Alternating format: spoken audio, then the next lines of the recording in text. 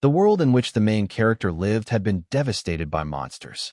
Humanity was forced to fight these fearsome creatures in order to survive, and the orange-haired man had spent his entire life doing just that.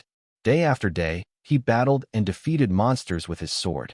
Days turned into months, months into years, and before he knew it, 10 years had passed as if in the blink of an eye. Slaying monsters became second nature to him. No creature could stand against his blade. After fighting for so long, he no longer feared anything. One day, a powerful and massive monster appeared and confronted him. It demanded that he give up, claiming that the world was already beyond saving. This monster was no ordinary beast. It was the true mastermind behind the world's destruction.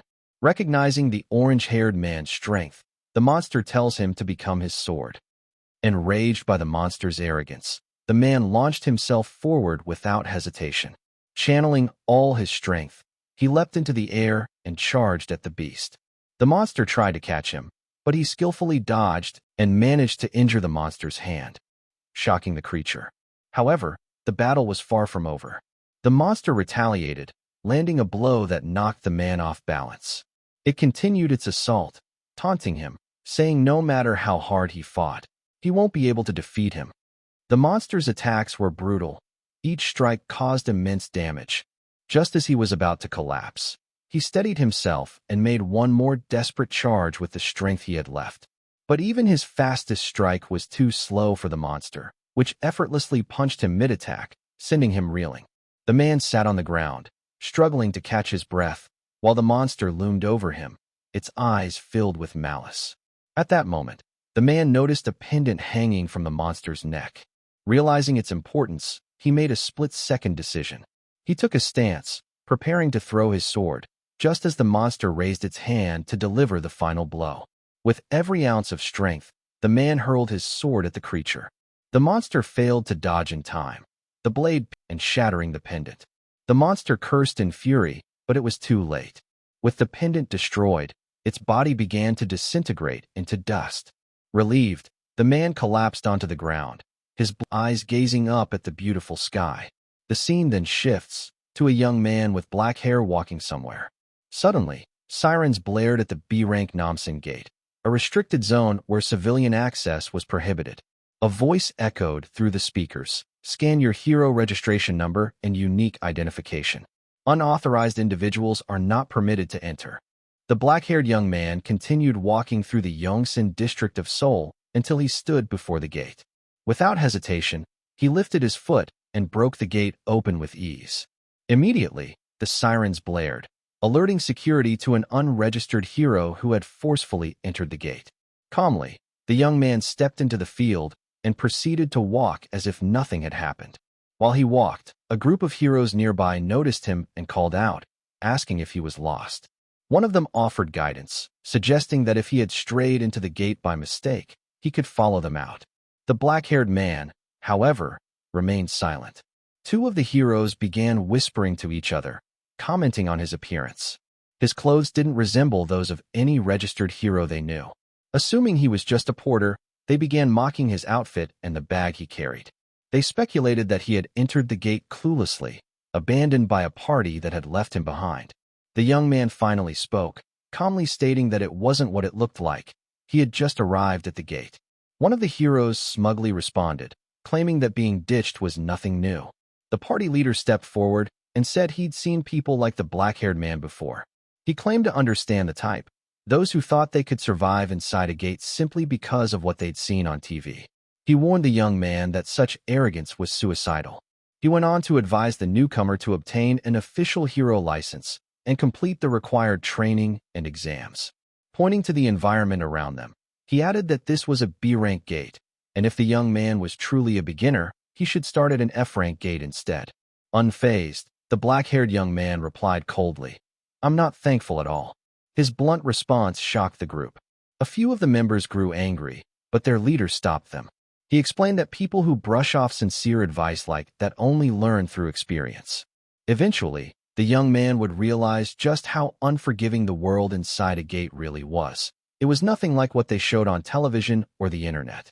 As the young man continued forward, he suddenly encountered an orc monster. Without panic, He gently placed his bag on the ground and closed his eyes. The orc lunged at him with a punch, but the young man dodged effortlessly. Then, opening his eyes, now burning with rage, he charged at the orc with nothing but his fist. With a single blow, he took down the orc instantly. Even after 10 years, for this young man, nothing had changed. The black-haired man picks up the sword dropped by the goblin. He pulls out a gemstone, a low-grade magic stone. He thinks to himself that, in the past, he wouldn't have even bothered to look at such a low-tier item. Still, he places the stone into his backpack. Suddenly, several goblin monsters appear in front of him and charge to attack.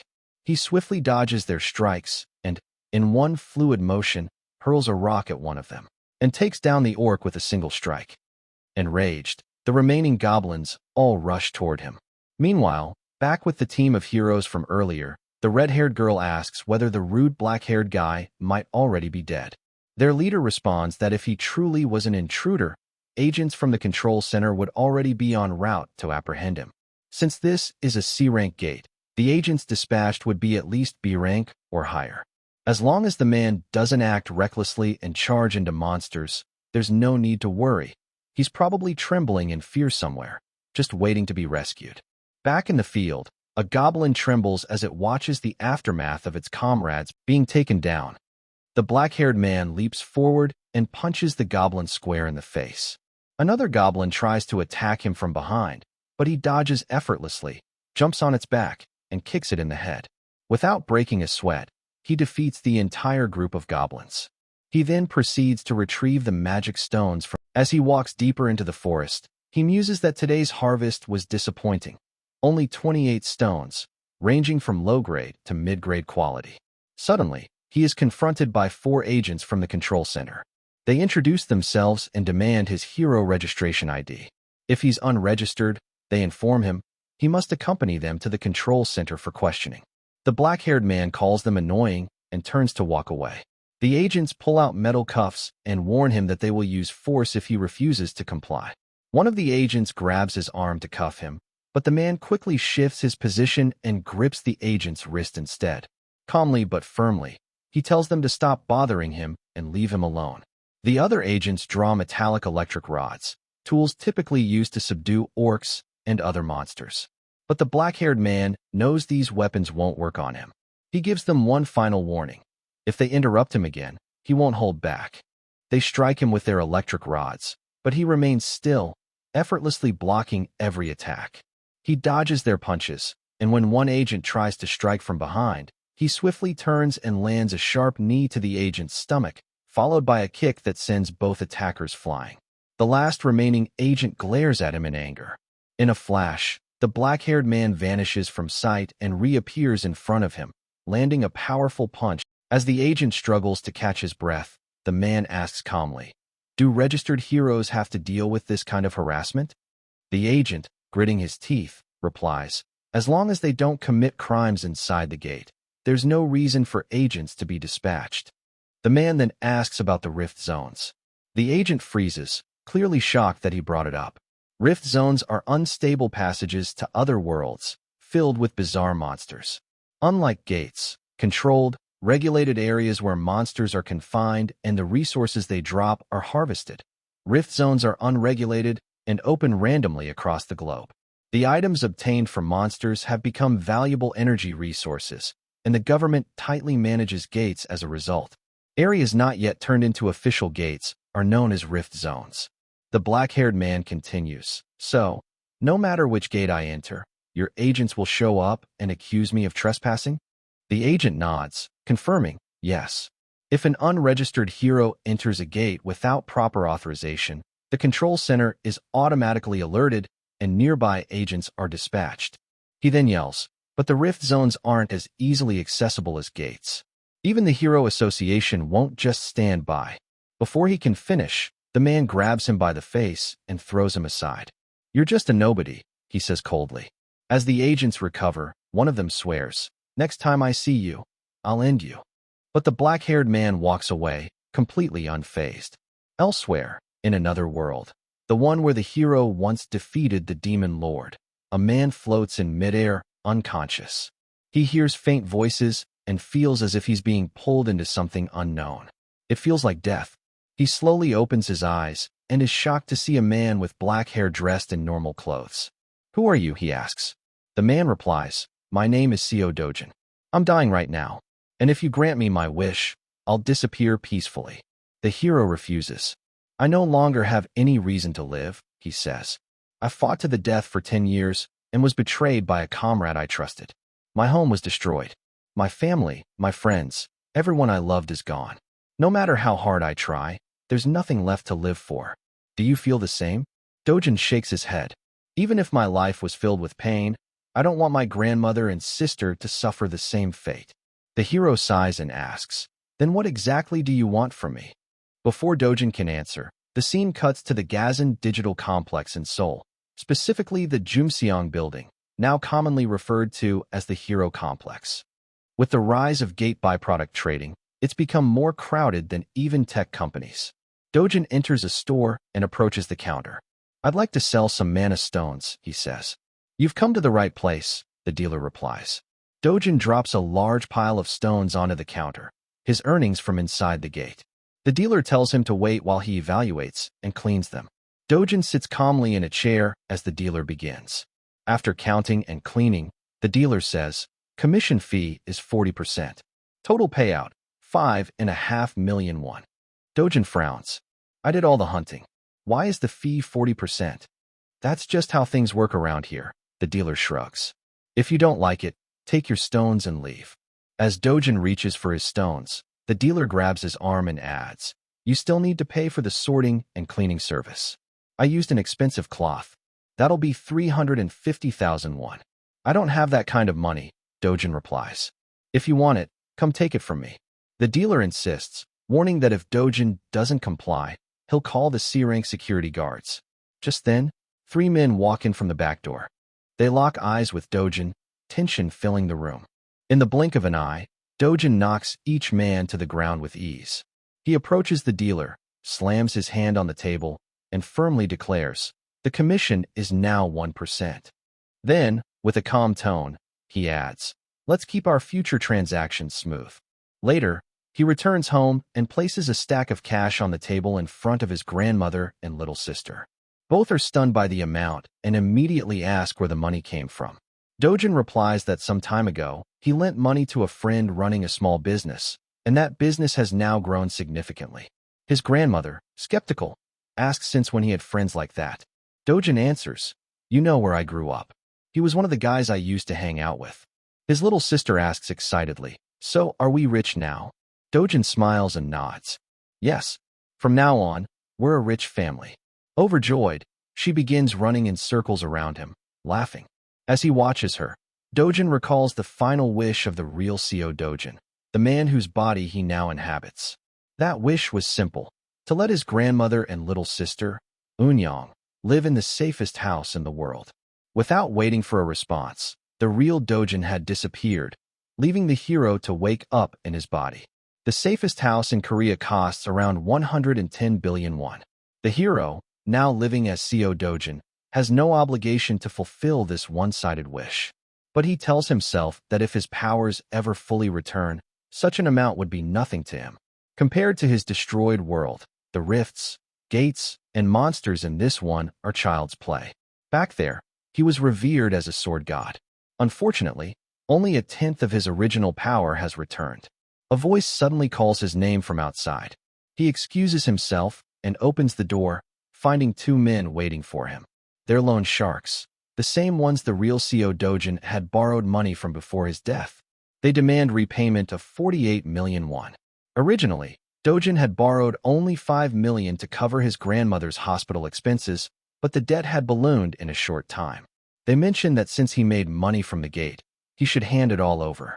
Before they can finish, Dojin punches the brown-haired thug, sending him crashing into a wall. The yellow-haired man is visibly terrified.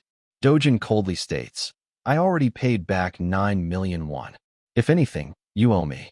The man hesitates and asks, "Are you really the old Seo Dojin we know?" Before punching him too, Dojin mutters, "Tell your boss. I'll be visiting him soon." Afterward, Dojin takes his little sister to a toy store. She picks something and shyly asks, Can I get this? He smiles warmly. It's fine. We already bought clothes. Get whatever you like. As he watches her excitement, he reflects on how sharing the real Dojin's memories has softened his emotions. It's only love for the family for now, but it's genuine. He recalls how kind Seo Dojin had been to Eun-young, even though she was only his half-sister. Dojin promises himself that he'll protect that part of his heart. Eun-young then picks a smaller toy and, looking down, quietly asks if she can have it. Dojin gently picks up the large plushie she originally wanted and says, "You can get both. Take whatever makes you happy." Later, he takes her to a restaurant for ramen. While they're eating, a female voice calls out his name. A blonde woman approaches, flanked by 2 guards. She eyes him critically and mocks his appearance. "What's with these clothes?" she sneers, then glances at Eun-young. "Who's the little girl? Did you start causing problems like your mother?" Her words hit a nerve. Dojin's expression darkens as he glares at her. The blonde woman approaches the little girl and asks for her name. Eun-young shyly responds with her name. The woman smirks and remarks that she must be from the Eun family, adding that, judging by her clothes, she's just as pathetic as her mother. Turning to Dojin, she tries to make a joke at his expense, asking if he agrees. She attempts to provoke Eun-young further, but Dojin cuts her off. "You're really ugly," he says coldly. "You look like an orc." Shocked by his words, the woman stands speechless. Seo Dojin was born out of wedlock and grew up in poverty. After his mother's death when he was 7, he was taken in by his biological father. For over 10 years, he endured discrimination and contempt from his father's household. But the moment the legal wife gave birth to a son, Dojin was cast aside and kicked out. He ended up living with a maternal grandmother and a half-sibling he had never met before. The hero, now in Seo Dojin's body, reflects on the pain he must have endured and promises that things will be different from now on. Stepping closer to the blonde woman, he says, "Even after living together for 12 years, you still disgust me. From your face, to your personality, even your brain. You're completely hopeless." He continues, "You envy women who are prettier and kinder than you. You cling to your inferiority complex, lashing out like a spoiled child. You're not even better than the little girl who actually cares about her brother." Infuriated by his brutal honesty, the blonde woman prepares to respond. But before she can speak, another blonde woman calls out Dojin's name. The younger woman immediately runs to her, tears welling in her eyes. "Mom," she tries to complain about what Dojin said, but her mother silences her. "Enough. Stay out of this." Then, turning to Dojin with a forced smile, she says, "It's been a while. Would have been nice if you visited once in a while." But Dojin sees right through her hypocrisy. This was the woman who tormented him the most during those 12 painful years. "You make me sick," he says.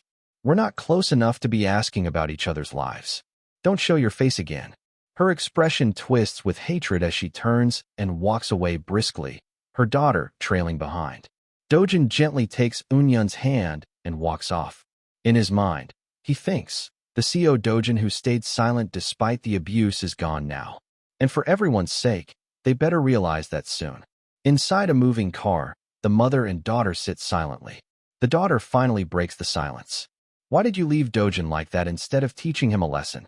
The mother ignores her and instead turns to Chief Lee. "Why is Dojin still alive?" Chief Lee replies, "According to our last report, he was left inside the rift zone." She slams her hand against the seat. "Then why is that kid still alive? He should have died in the rift." Chief Lee apologizes and promises to investigate further. The daughter, now visibly shaken, asks in a trembling voice, "Wait, what do you mean? Did you try to kill him?" Her mother doesn't respond. "So you did try to kill him?" she presses again. The mother turns to her and asks coldly, "Do you still have feelings for Dojin?" Blushing and stammering, the daughter replies, "It's not like that." "But what if Grandpa and Grandma find out what you've done?" Her mother falls silent, then replies, "This is something I'll handle. You do well to stay out of it and never defy me." Internally, she makes a dark vow. "No matter how many times it takes or how many methods I have to use, I'll make Seo Dojin disappear." 10 years ago, rifts began appearing across the world, unleashing waves of monsters that brought death and destruction. The world descended into chaos and widespread devastation. But just as all hope seemed lost, individuals with extraordinary powers, later called heroes, began to emerge. Their appearance helped restore order, and soon after, the discovery of magic stones, extracted from monsters, transformed everything. As magic stones replaced traditional energy sources, nations across the globe focused on converting rifts into regulated gates. Today, nearly every industrial system revolves around these gates and the heroes who enter them. In this new world, if someone wants to make money, becoming a hero is almost the only path. Meanwhile, Dojin steps out of a taxi and walks toward what he believes is Yangdongpo's HCS capital. Inside, the two debt collectors from earlier stand behind their boss. The boss sneers. "Who do you think you are?" Dojin replies calmly. "After giving it some deep thought, I've realized you owe me. Physically, mentally, and materially. I deserve compensation for all the damage you caused." The boss raises an eyebrow, noting how much Dojin's personality has changed. Judging from how he handled his men, he suspects Dojin must have awakened inside the rift zone. "So, you gained something to lean on, huh?" the boss says. "But don't get too arrogant. Awakenings don't mean you're invincible. I've seen plenty of arrogant awakeners go down." At that moment, more men enter the room. These guys were full of themselves too, the boss scoffs. Even after awakening, they were still D-rank trash. "You're no different." He turns to leave, saying, "I've got enough D-ranks around here who won't even let you speak." But Dojin's voice cuts through the room. "Sit back down. I'm not done talking." One of the newcomers charges at him for disrespecting their boss. With a swift motion, Dojin snatches the man's glasses off and punches him square in the face, knocking him out. Then, one by one, Dojin begins dismantling the rest of them. Calm, efficient, unstoppable. "You don't just run a loan shark operation," he says. "You also forge IDs. If I want to start making real money, I need a hero ID." After delivering the final punch, he turns to the boss and demands, "Make me a flawless hero ID. Do that, and I won't bother you again." The room falls into stunned silence. The boss, trembling, realizes this level of power suggests Dojin might be a high D rank, maybe even C or B rank. Uncertain and afraid, he nods and agrees to deliver the ID by tomorrow. But Dojin isn't finished. He steps closer, eyes cold and piercing. "One last thing. Tell me, was it Hong Hiju who tried to kill him?"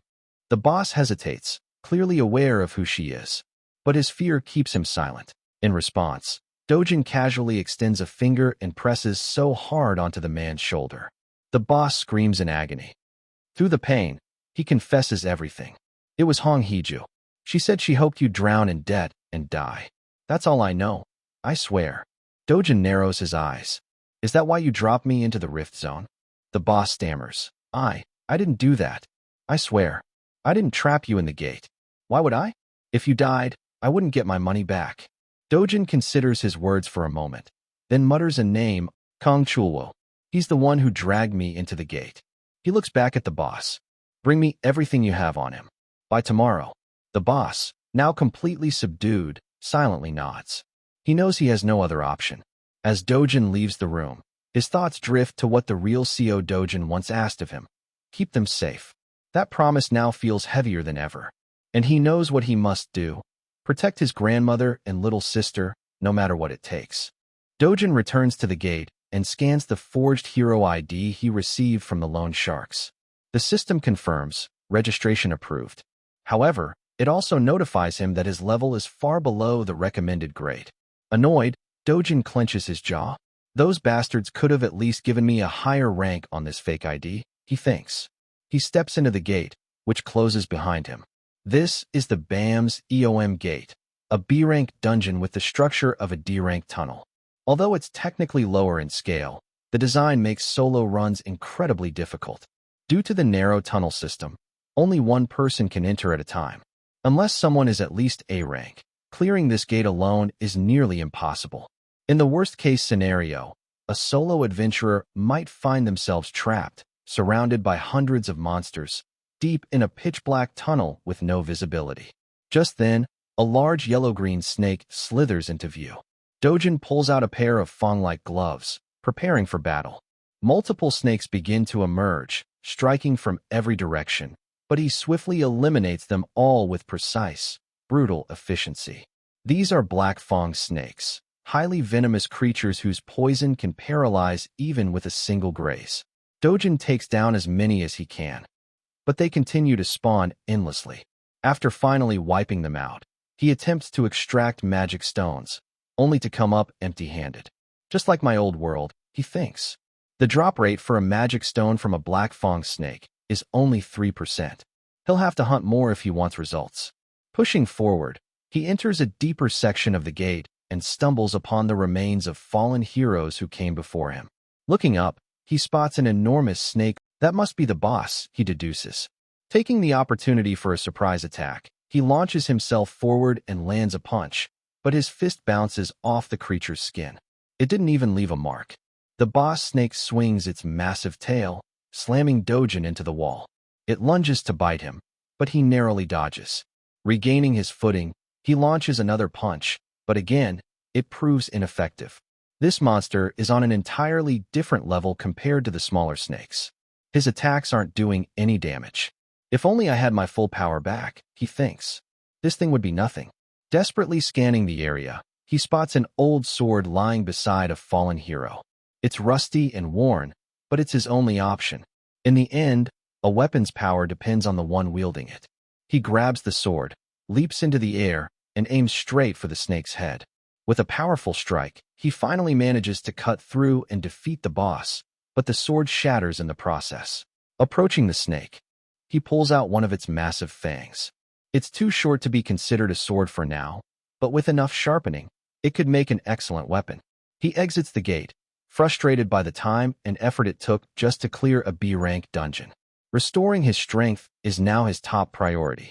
Thank God my old comrades didn't see me like this, he mutters silently. At the dealer's shop, a man lays out his mana stones on the table. The dealer evaluates them and states, the commission fee is 40%, as usual. The hero complains, saying, that's way too high, especially since I'm a regular customer.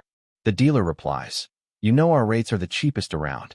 The gate center alone charges a 5% base fee, and we don't record transactions, so there are no taxes. Considering all that, this commission gives you a clean and more profitable deal. The hero stops arguing and accepts the money. But before leaving, he asks, what happened to your face? The dealer has a purple bruise around his right eye. He shrugs and says, some crazy guy came in, beat up all the guards, and left me like this. The hero laughs and tells him, that's what you get for hiring C-rank guards. You shouldn't focus on rank alone. Look at skill. Ranks are just for convenience. True ability is something else entirely. He goes on to give more examples, but the dealer, growing impatient, silently wishes he would just leave. As the hero finally turns to go, he says casually, we've known each other for a while, so call me if you ever need something. Just then, Dojin walks into the store. The dealer freezes in fear and immediately yells to the hero, that's the guy. He's the one who beat up our guards and caused all the trouble. The hero turns around and confronts Dojin. Is that true? How can someone call themselves a hero and attack innocent people? Feeling confident now, the dealer stands tall. He knows this hero has 7 years of experience and plenty of connections. But Dojin responds coldly, mind your business and get lost. The hero is visibly offended and steps toward him. But Dojin, unfazed, says, the number one cause of death among heroes isn't monsters. It's internal disputes with other heroes. The hero freezes on the spot. Without another word, he quickly excuses himself, saying he's too busy to get involved right now, and leaves the store. Dojin turns back to the dealer, throws a backpack full of mana stones onto the table, and says, calculate them. The dealer opens the bag and is stunned. Every stone is high grade. Shocked, he wonders who Dojin really is. The total value comes to 150 million won. But Dojin looks disappointed. I hunted all day for this. Just 150 million? I've got a long way to go before I can afford the safest apartment. He calmly says, bring me my 150 million. The dealer nervously replies, there's still the commission fee to deduct. Dojin's eyes narrow. Fine, bring me 148.5 million. The dealer screams internally, that's not how commission works. But he has no choice. He forces a smile and says, for transactions over 100 million, I need my superior's approval. Dojin nods. Then get it. Now.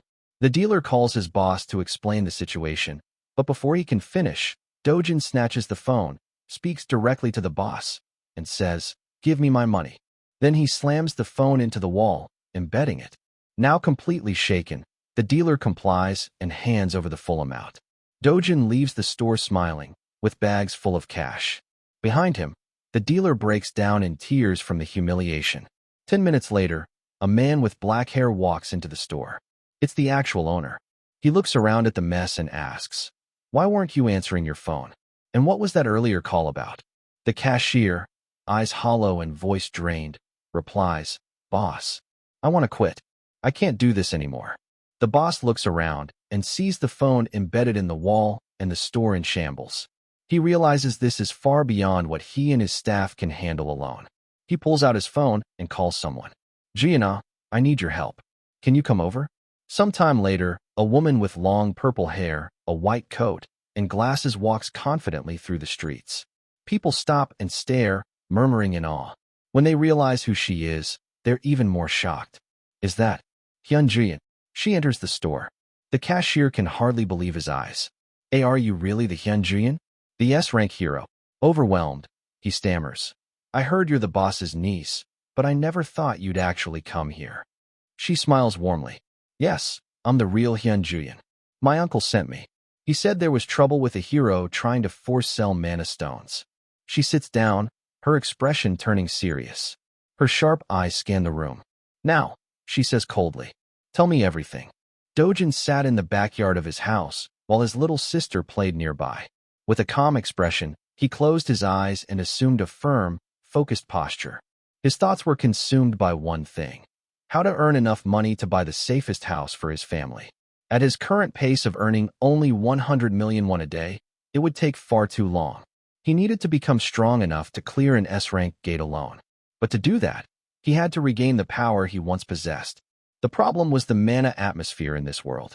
It was weak, limited, and nothing like the rich, flowing energy of his previous world. Even if he continued gathering mana daily as he was now, it would likely take at least 3 years, or more, for his strength to return. Obtaining a proper set of armor and weapons would help, but such equipment was incredibly rare here, even the lowest quality ones. As Dojin sank deeper into thought, his senses suddenly flared. He sensed danger. Reacting immediately, he rushed over and picked up his little sister. "Stay inside," he told her firmly. Their grandmother, alarmed by his tone, asked what was going on. Then the ground trembled violently, an earthquake. But Dojin knew better. "This isn't just an earthquake," he muttered, eyes sharp. "A rift is spawning near the house." Outside, beams of dark mana were swirling through the air around the house.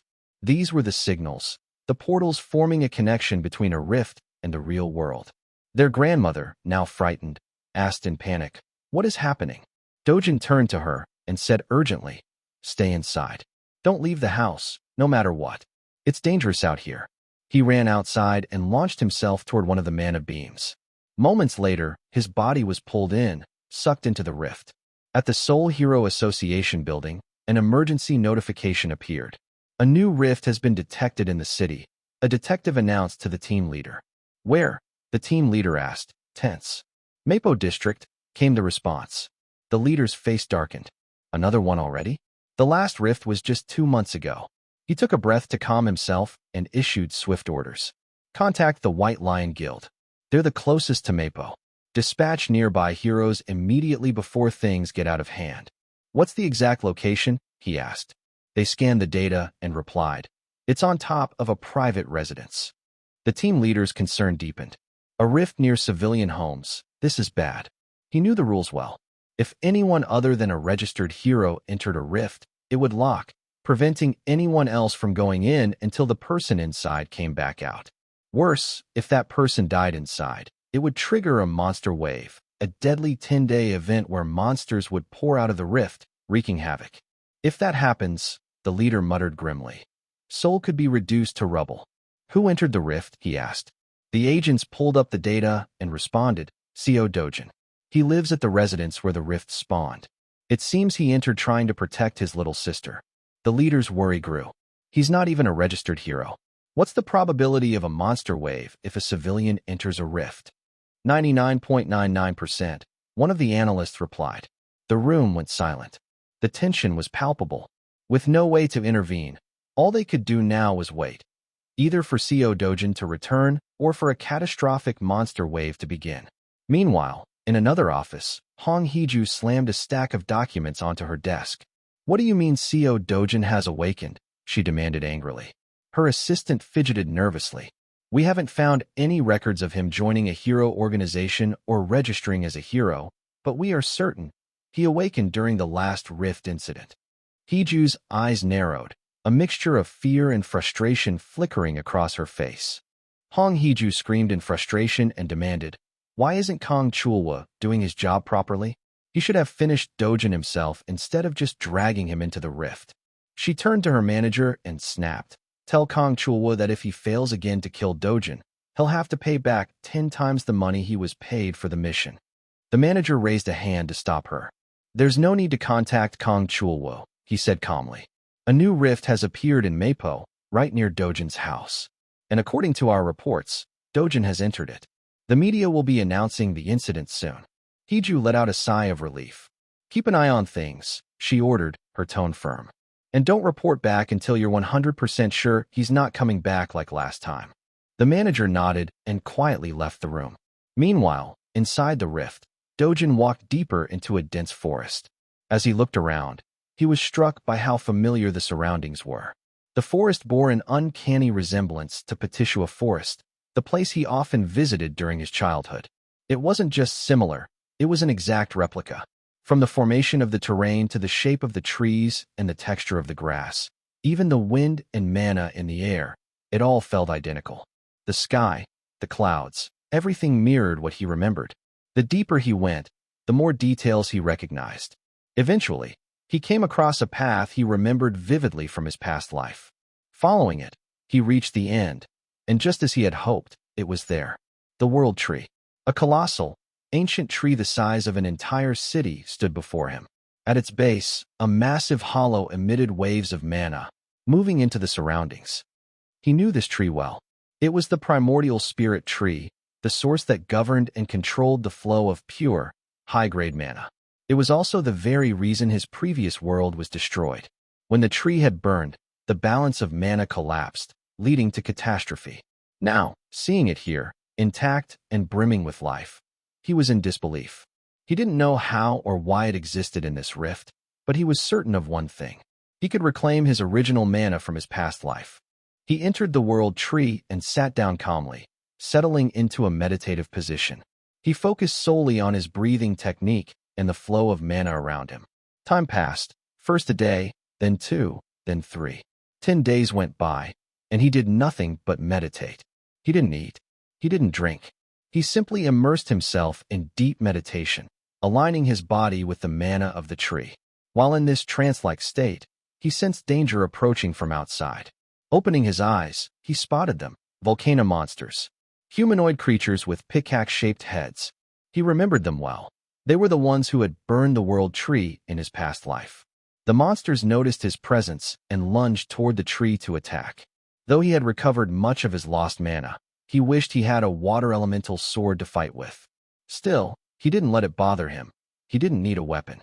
Raising his hand, he unleashed a concentrated beam of mana.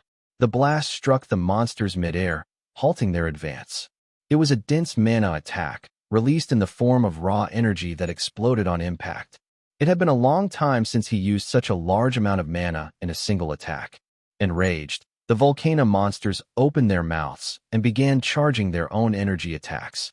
Dark mana projectiles flew toward him, but they had no effect. He had already surrounded himself with a protective layer of mana armor. Walking forward with confidence, he felt reassured. The World Tree was safe, and his mana was returning.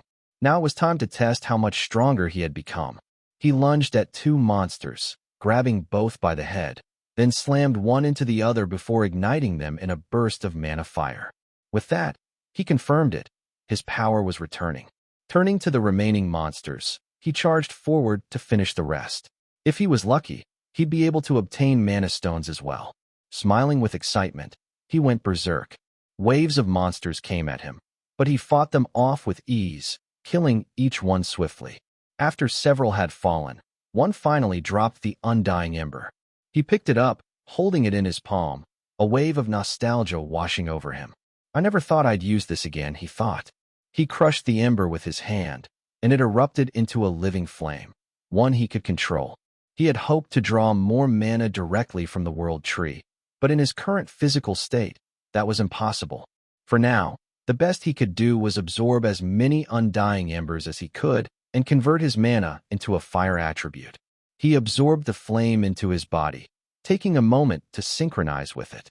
Fire burst out from him as the energy settled. He had successfully gained the fire attribute. In his past life, he hadn't even needed to use embers to manipulate fire. But now, it had taken him nearly 10 minutes to absorb just one. Refocusing his thoughts, he knew what he had to do next. Absorb as many embers as possible and reclaim his strength. Meanwhile, in the Mapo area near Dojin's house, dozens of reporters were recording every second of the rift's activity. Authorities and heroes grew increasingly frustrated as they waited anxiously for the anticipated monster wave. Among them, one hero was particularly unhappy about the situation. Bang Songwoo couldn't stop complaining. Why did Dojin even enter the rift zone instead of waiting for a proper hero to handle it? Another hero, Kim Hyunwoo, tried to defend him. He went in to save his little sister. Songwoo scoffed. That's what everyone says. He probably heard the rumors, how easy it is to awaken inside a rift, and jumped in without giving a second thought to the danger he's put everyone else in. Hyunwoo responded calmly. What did the guild master say? He told us to wait and monitor the situation. That's what we're doing. He added, rifts have appeared at the same time in the US, China, the UK, Turkey, and Switzerland. The guild master's overwhelmed. This is the first time something like this has happened on a global scale. Hyunwoo went on. I heard other countries managed to contain their rifts early. That means Korea is the only one still dealing with an active threat. Songwoo clenched his fists, growing angrier. It's all because of that idiot Dojin. If he makes it out alive, I swear I'll knock some sense into him myself. Days passed with no news or updates from the newborn rift. Eventually, the Hero Association issued a Level 1 Monster Wave alert. As of now, the only reported civilian involved was CO Dojin, the first and only person to enter, and he had yet to come back out. Elsewhere, Huang Changsip was watching the news. He turned to his assistant and asked, is the person they're talking about really CO Dojin? The assistant nodded. Yes, sir. It's definitely him. Changsip leaned back in his chair. What are the odds of him actually making it out alive? If he's just a civilian, the assistant replied. There's no point even considering it. The chances are practically zero. Changsip laughed. Civilian? You really think CO Dojin is some ordinary teenager? He shook his head. The Hero Association is so clueless. He added with a smirk, my guys are still recovering from the beating he gave them last time. He then asked, let's assume he's awakened. What's the probability of survival? The assistant hesitated. That would depend on his rank. It's difficult to assess without more information. Changsip nodded. You're right. Being strong in a fight and surviving in a rift are two very different things. Then his tone changed. Dojin has 2 living family members, right? The assistant looked surprised. Yes, his grandmother and little sister. What are you planning to do? With a devious smile and a glint in his eye, Changsip said coldly, we'll treat them very well for now. But if he dies in that rift, things will get a lot more difficult for them. But if Dojin survives the rift and somehow makes it out alive, they'll simply tell him they took good care of his family. Meanwhile, inside the rift, Dojin had lost all sense of time. He couldn't even remember how long he had been there. He had absorbed hundreds of undying embers, and now he possessed full mastery over the fire attribute. He could summon and control flames at will, and his resistance to fire had increased dramatically. If judged by his flame attribute alone, he had surpassed the level he once held when he was known as the Sword God. He placed his hand on the world tree one last time, a gesture of farewell and gratitude. He silently thanked it for all the times it had helped him, both in this life and in the past. He might never see the world tree again, but if he ever did, and it was in danger, he promised himself he would protect it with everything he had. After collecting the mana stones left behind by the monsters he had defeated, he turned and walked away, leaving the world tree behind. He exited the rift from the same place he had entered. To his surprise, there was no one in sight. No people, no cars, not even within a kilometer radius. The surrounding homes were completely empty. Did they evacuate the area in preparation for the monster wave? He wondered. Suddenly, he sensed a strong aura in the distance. Without a sound, he sprinted toward it. From behind cover, he saw a gathering of heroes and reporters. He recognized several faces. They were the same people he had encountered at the previous gate. If they spotted him now, he'd be in serious trouble. He needed to distract them.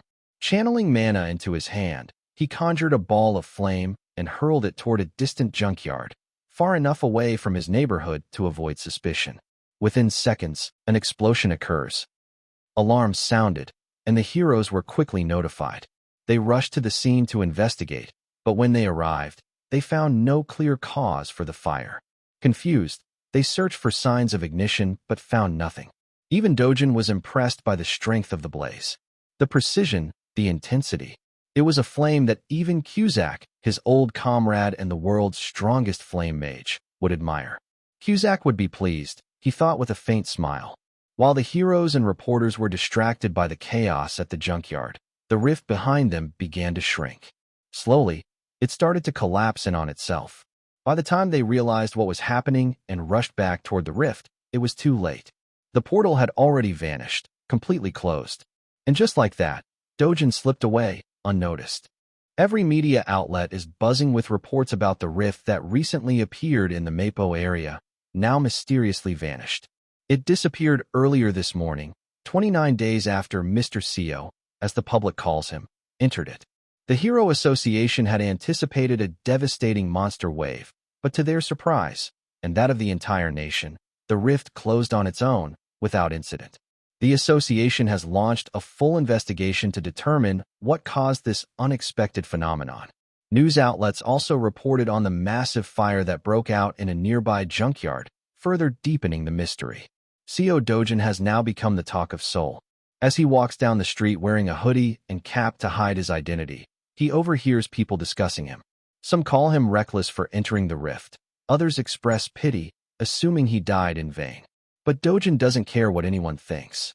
His thoughts are elsewhere. If the rift is truly gone, he wonders, then I may never see the world tree again. It's a painful realization, but he knows it's for the best. He continues walking, heading toward Changseep's hideout. Entering the building silently, he listens from the shadows as the staff chat among themselves. If Dojin's dead, one of them says, that means his grandma and little sister are as good as gone too. Yeah, another agrees. The boss isn't just some guy. He'll squeeze every bit of value out of them. If Dojin had survived, well, the kid had potential. He would have grown into someone powerful. But now, the boss will find a way to make use of what's left. Suddenly, Dojin steps into the light and calls out to them. Where's your boss? The men freeze, stunned by the sight of him. Meanwhile, Changseep arrives at the building in his car. Relaxed, he says to his assistant, now that Dojin's dead, I can finally stretch out and enjoy some peace. His assistant, Kim, replies, you've got a lunch meeting with CEO Beck today. Nothing's scheduled for the evening yet. Good, Changseep says. Contact Madame Kong at Le Gris Grim. Let her know I'll be there tonight. But as soon as he enters the building, his smug confidence is shattered. The scene is chaos. His men are being thrown around, the entire base turned upside down. In the center of the room stands Dojin, calm but furious. He turns toward Changseep with a cold, threatening gaze. Crawl to me. Like a dog. Dojin sits on Changseep's desk and repeats the order with more force. Crawl. Humiliated and cornered, Changseep has no choice. He drops to all fours and crawls toward Dojin, surrounded by his own subordinates. You're a piece of trash, Dojin says. You don't even deserve to be treated like a human being. So bark. Changseep tries to cling to the last shreds of his pride, but it crumbles. He barks loudly, again and again, like a mad dog, humiliated in front of his men and assistants. But Dojin isn't done. You two-faced, spineless coward, he growls, then stab me in the back the moment you see an opportunity. Dojin looked at Changseep again and said coldly, I've dealt with trash like you more times than I can count. Changseep broke down in tears, falling to his knees and begging for his life. Please, spare me. I swear I'll be your most loyal servant from now on. Angered, Dojin kicked him in the face. Shut up. He turned to Kim, Chang Seep's assistant, and said, You're the boss now. Don't waste your life working someone like this. You're better off without him. Kim bowed respectfully. Sir, this boss has too many connections.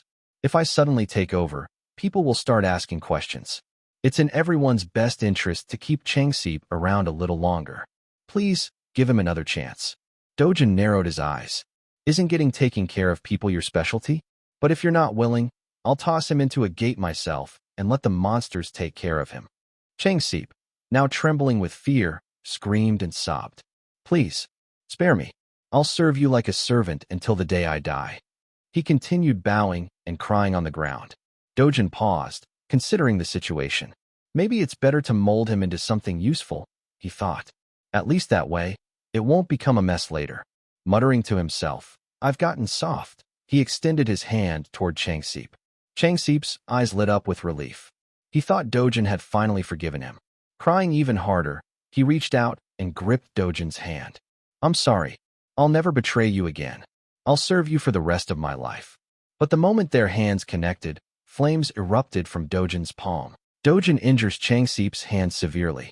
Chang Seep shrieked in pain. Dojin turned to leave, but before walking out, he looked over his shoulder and gave a final warning. This was your last chance. If even a scratch ends up on my family, I'll find every one of you, and I'll end all of you. He paused. Watch over my grandmother and my sister. Every day? And with that, he walked out.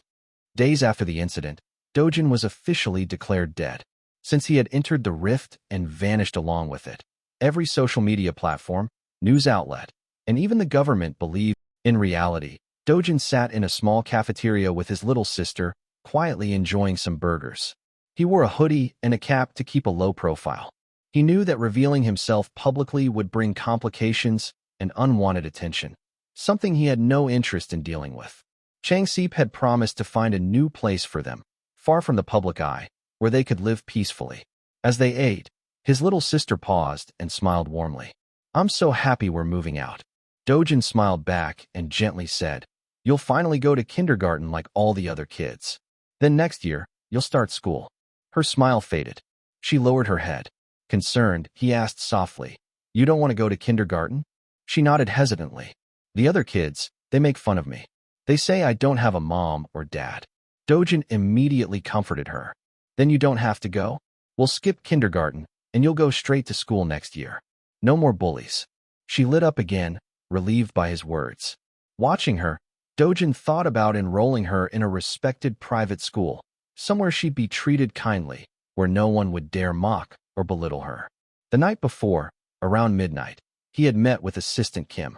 Kim had suggested that Dojin's grandmother and sister stay in a motel for the time being. Dojin frowned. That's a stupid idea. Kim reassured him. It's a safe place.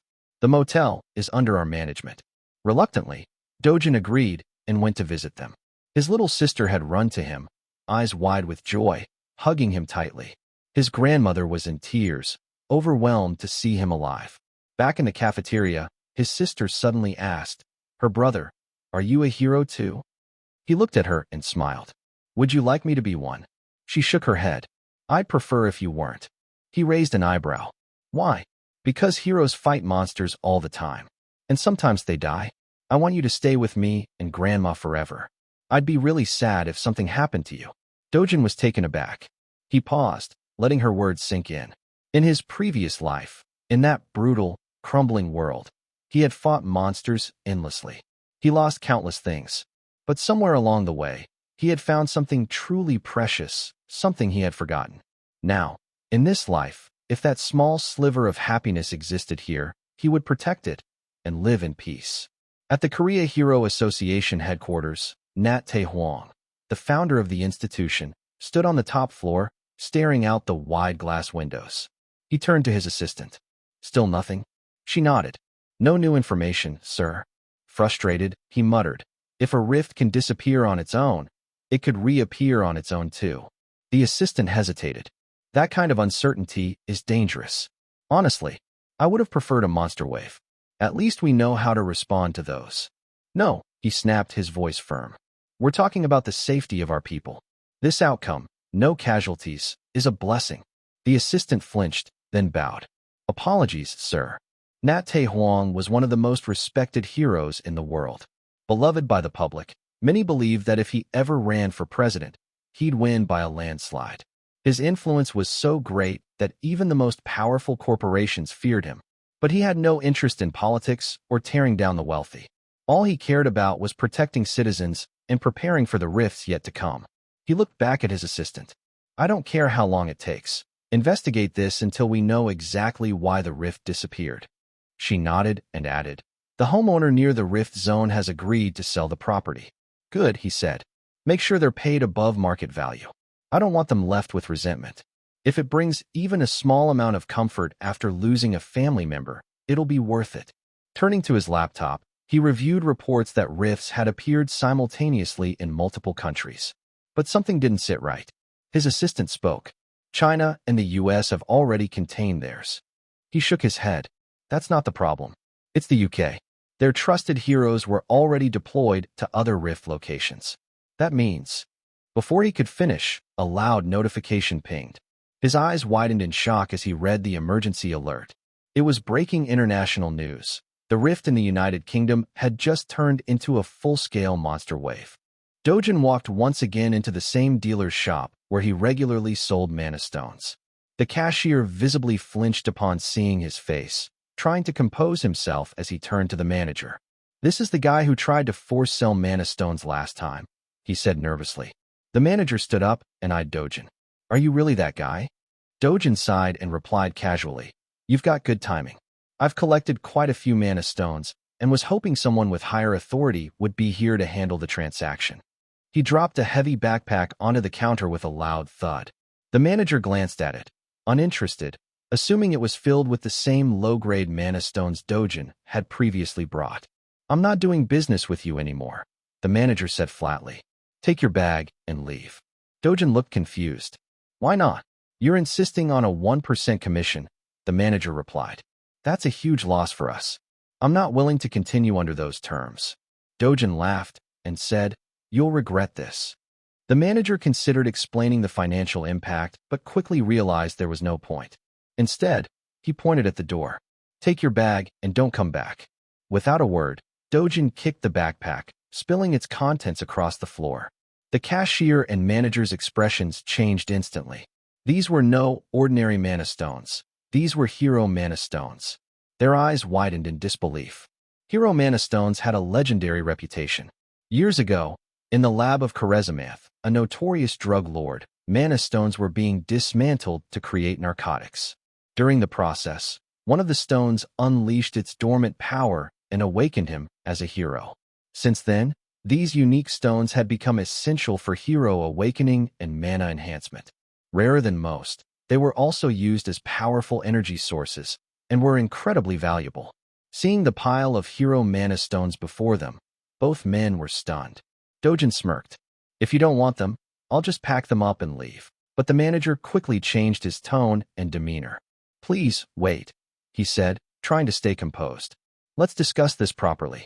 Have a seat. They both sat down while the cashier silently began cleaning the stones. The manager, speaking much more gently now, said, Well, 0.5% commission is a bit too low. Dojin immediately frowned. Then I'm not selling. Startled, the manager apologized. Wait, at least tell me why you dropped the rate even lower. Because, Dojin said coldly, you annoyed me.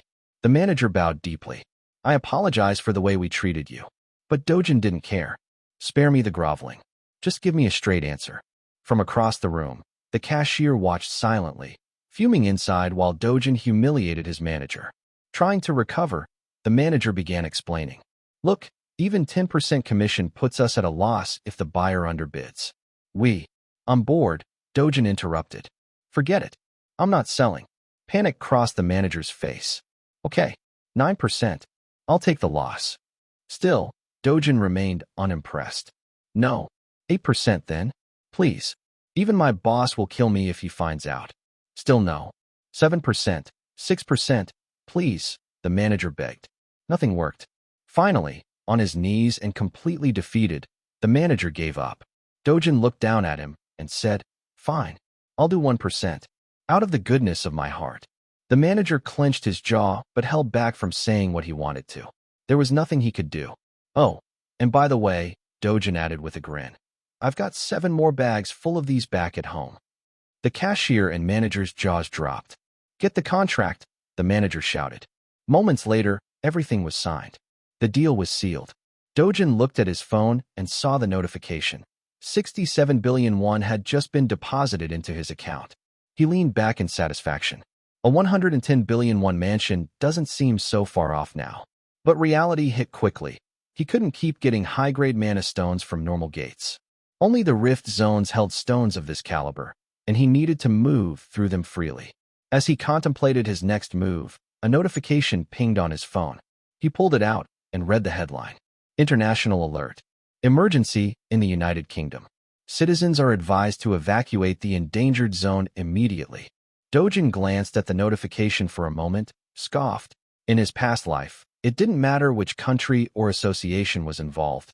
He would personally take charge and block fissure zones without hesitation. But that wasn't the life he lived anymore. Later, he took his grandmother and little sister to a high-end restaurant that specialized in grilled meat.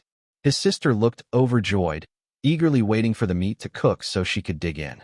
His grandmother, however, frowned and commented on how expensive everything was.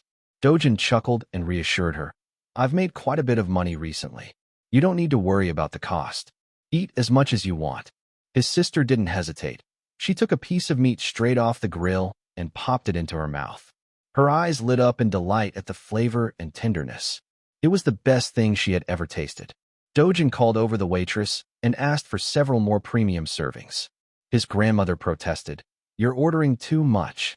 How are we going to eat all this?" He smiled. "It's fine, Grandma. You should eat more too." His little sister picked up a piece of meat and offered it to their grandmother. "It's really delicious," she said cheerfully.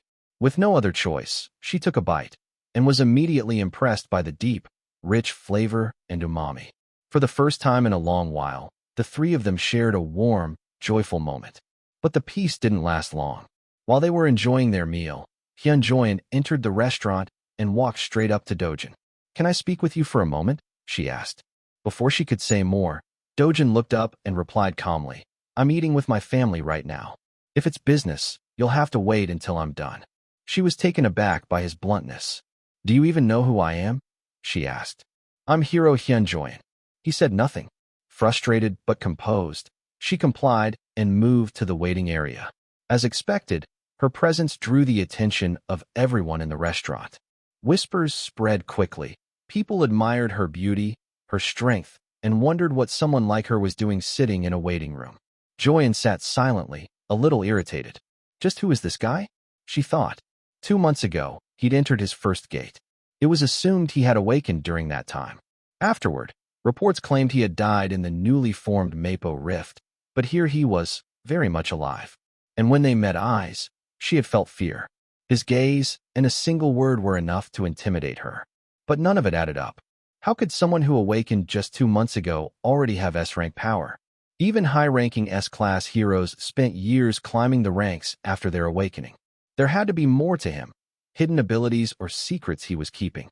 Meanwhile, Dojin and his family finished their meal. But as always, peace was short-lived. Just before he could walk over to Joyen and speak with her, a man with blonde hair stormed into the restaurant. His eyes widened when he saw Dojin. Well, he sneered with a devious grin.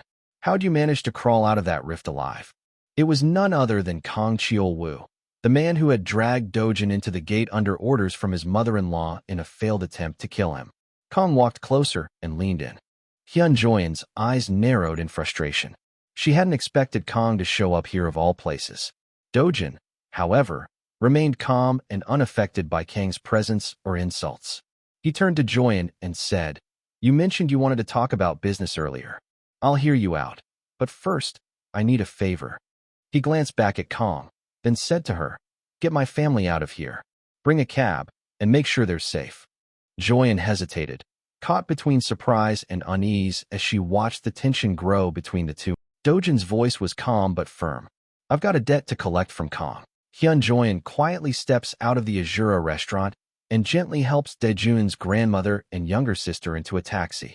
She listens to Dejun, then calmly reassures his mother and sister that there's nothing to worry about, instructing them to return home.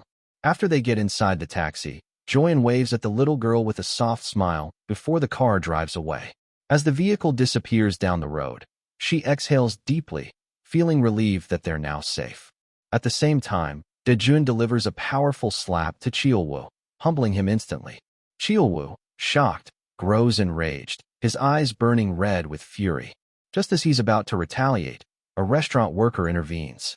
Although clearly frightened, the worker tries to de-escalate the situation, pleading with Cheolwoo not to fight inside the restaurant. But instead of calming him down, this only fuels Cheolwoo's rage. He shoves the worker away and yells at her to leave him alone. She falls to the ground, and a nearby customer rushes over to help her up. Panic spreads as the restaurant descends into chaos. Frightened patrons scramble for the exit, terrified the fight will escalate further. Cheolwoo, consumed by rage, screams that he'll kill Dejun. His eyes go blank with fury as he demands to know if Dejun really wants to die. But Dejun doesn't answer with words. He responds with strength. He slaps Cheolwoo again, this time with such force that Cheolwoo spins through the air and crashes to the ground. Cheolwoo struggles to stand. Dejun calmly approaches him, his expression firm and resolute. He reveals a devastating truth, that it was Cheolwoo who lured him to the gate and left him there to die. Cheolwoo is stunned, unable to process the accusation. Dejun's anger simmers as he says they still have many things to discuss, things that can't be ignored. Cheolwoo snarls in response. He mocks Dejun, calling him worthless and saying even his own father abandoned him. He taunts him further by bringing up Dejun's stepmother, claiming she wants him dead. Hearing that, Dejun silently pulls out his phone and presses a red button on the screen, telling Cheolwoo to repeat what he just said. Instead of complying, Cheolwoo hurls curses at him. An orange aura flares around his hand, asking what exactly Dejun wants to hear. Suddenly, Cheolwoo lunges forward. With lethal intent, he charges at Dejun. But Dejun effortlessly blocks the strike with one hand glowing with blue mana. The impact sends Cheolwoo flying, and he crashes into the ground, stunned by how easily his attack was nullified. Before Cheolwoo can recover, Dejun dashes toward him again with blinding speed, not giving him a chance to counter. The fight turns into a one-sided beatdown. The same worker who was shoved earlier hides behind the reception desk, trembling. She fumbles to dial the police, but in her panic, forgets the number. Just as she's about to call, Joyan gently takes the phone from her and tells her to stay calm, that she'll handle everything. The worker looks up at her gratefully, feeling safer now that someone in control is stepping in. Meanwhile, Dejun continues pummeling Cheolwoo with relentless force. Joyan approaches the fight, astonished. She knows Cheolwoo is a B-rank hero, yet he's being utterly dominated. She begins to wonder, is Dejun stronger than B-rank? Could he even be stronger than A-rank? But she tells herself that even an A-rank shouldn't be able to defeat a B-rank this effortlessly. Reaching Dejun, Joyan calls out to him in a low voice, warning that if he continues, he might actually kill Cheolwoo. Hearing this, Dejun pauses, looking down at Cheolwoo before choosing to stop. Joyan cautiously asks how much Dejun truly knows about Cheolwoo. Dejun remains calm and confidently replies that he knows enough. He then asks why it matters. Joyan answers quickly, it does matter. She reveals that Cheolwoo's cousin is none other than Kang Yongpyo, an S-rank hero. Unfazed, Dejun responds that he already knows and questions if there's a problem with that. Joyan is stunned that he already knew about Yongpyo. What unsettles her more is how calmly he's reacting. She thinks to herself how frightening it is that someone can remain so composed, even when facing something this dangerous. She explains that Cheolwoo has always acted without consequence solely because of Yongpyo's protection. This means what Dejun just did is incredibly risky. Joyan acknowledges she understands that Dejun and Cheolwoo share a bitter history, but warns that it would be a grave mistake to assume Yongpyo will understand or forgive this. Dejun chuckles at that, prompting Joyan to ask if he isn't afraid of Yongpyo at all. With cold composure, Dejun answers that what truly matters now is the fact that she is starting to get on his nerves. He steps closer to her, their eyes locked, both filled with fierce, intense emotion. Nearby, the frightened waitress watches with wide eyes. After everything she witnessed, she's now terrified. Thinking that although Joyen had promised to take care of the situation, things seemed to be spiraling out of control. The tension continued to mount, but Joyen apologized to Dejun for visiting him without notice and explained that her uncle had asked her to meet him. She then asked whether Dejun had gone to the Gazan stoneman and sold him the magic stones. Without waiting for an answer, Joyen told Dejun to sell them to her instead. Dejun asked how many she needed. Joyen responded that she would buy everything he had. Amused, Dejun laughed, saying he possessed a large quantity of magic stones. Joyen smirked and remarked that the assets of an S-rank hero were beyond imagination. Dejun said he was willing to sell them to her, but only on one condition. Curious, Joyen asked what the condition was. Dejun replied that it was nothing major and that Joyen would be able to fulfill it easily. The scene then shifted to Dejun's stepmother, who was angered to hear that Dejun is still alive. She exclaimed that the man had claimed Dejun died while entering the new rift. One of her subordinates, visibly sweating, apologized and said that even the Hero Association had believed Dejun was dead. She yelled at him to stop making excuses and demanded to know how he planned to handle the situation. Nervously, the man hesitated before reporting something even more shocking. Chilwa had been completely defeated by Dejun. Her eyes widened in disbelief. Dejun had actually beaten Chilwa? She began to panic, wondering if Dejun already knew something. Her thoughts raced as she realized that if her husband or father-in-law found out, the consequences would be disastrous.